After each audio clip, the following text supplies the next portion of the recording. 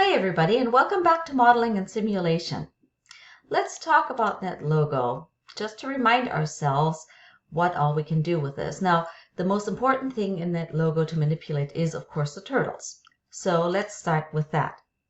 I'm going to launch NetLogo, and then we are going to, instead of using the Code tab that we already know here, we are going to use the Interface tab, and here specifically the Observer line in order to interact directly with our display. We could also use all of these commands inside of our code.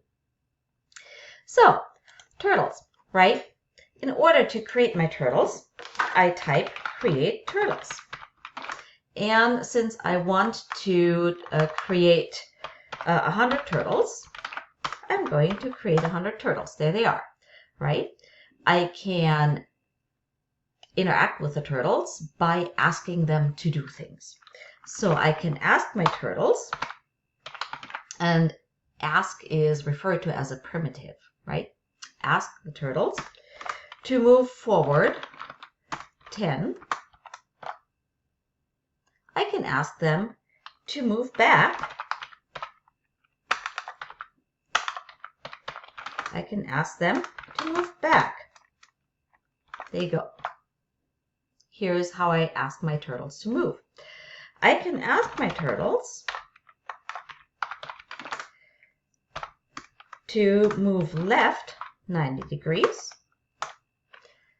and I can ask them to turn right 90 degrees. And what you just saw me do in order to recall the last command that I typed was to use my arrow up key. That makes things a whole lot faster. So now my turtles are back in their original position with right 90. I can also ask my turtles to actually move instead of just move once, to actually execute a pattern. So I can ask my turtles to move forward 10 and then turn right 90. And then if I want my turtles to actually draw a square, I can ask my turtles to repeat that 4 times. Here we go. So, oops, we didn't see anything. Well, that's because they moved way too fast for us. So let's slow down the movement and let's execute that again. And as you can see now, here you can see each individual turtle drawing its circle. So we're not going to wait until all 100 of them are done. We're just going to slow this up here back to normal speed. All right, so I can ask my turtles not just to move, I can also change their parameters, right? So I can, for example, change their color with ask turtles to set the color to blue. Now they're all blue. I can also ask them to get bigger by asking them to set their size to 2. So now they're bigger, right? And if I want my turtles to not be distributed in an orderly circle shape like what you're seeing here, I can also assign them random coordinates within my world. For that, I'm going to ask my turtles to set the x coordinate to a random x coordinate and to set the y coordinate to a random y coordinate. All right, here you go, random, right? So, and now if I wanted to inspect just one of those turtles and find out more about it, then I can point my cursor onto the turtle, right click, and then as you're seeing here, I can either decide to inspect the patch that the turtle is sitting on, or I can inspect my turtle. What you're seeing here is, this is turtle 61. I can inspect turtle 61. If I inspect turtle 61, what we're seeing here is all the properties of the turtle. Who, that's the name of the turtle. What's the color? 105. Well, that happens to be that happens to be blue. I can also here zoom in and out. What is the x coordinate? What's the y coordinate of the turtle? What is the shape? This is the default shape for the turtle. Is the turtle hidden? Etc., etc. Right? So I can do that. And now I can also do this with a different turtle here, turtle number 5. What we're seeing here, same thing. This is turtle number 5, and here are the coordinates for my turtle number 5, including breed, is it hidden, etc., etc.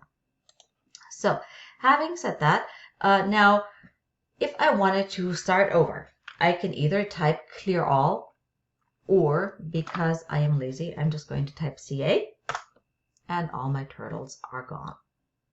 So now let's not stop at this here. Let's start again with 100 turtles. You saw here that I typed CRT 100. That's the same as create turtles. It's an alias to make things a little bit faster. So I can now make my turtles dance their square dance again, right? But what if I actually wanted to see where the turtles are going? So this is where I can ask my turtles to leave a trail. How do I do that? Well, let's see.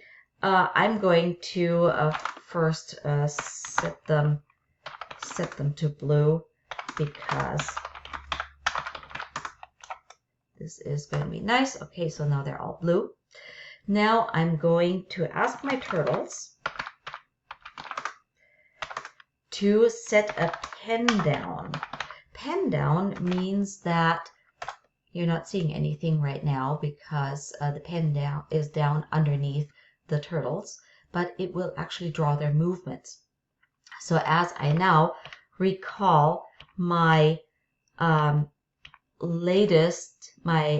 square dance here, you will see this, where the turtles actually are documenting their movements by drawing, literally with a pen, their movements. So this is a really cool thing. Now I can decide that I didn't like that drawing, so I can clear it, and I can ask my turtles to set their color to red. There you go. All right, and I'm going to ask them to do their square dance again here. There you go. And now let's say that I want to do something else on top of this square, and I do not want these turtles to be active anymore. I can very politely ask my turtles to die. All right, of course you haven't seen anything yet because the turtles just went away, right? But here's how we can prove that the turtles are no longer there and they're no longer active, because I can ask my turtles to set the color back to blue. And if the turtles were alive, we would see them in blue. However, since my turtles just all went away, they all died, the color stays red. And this is how we manipulate turtles.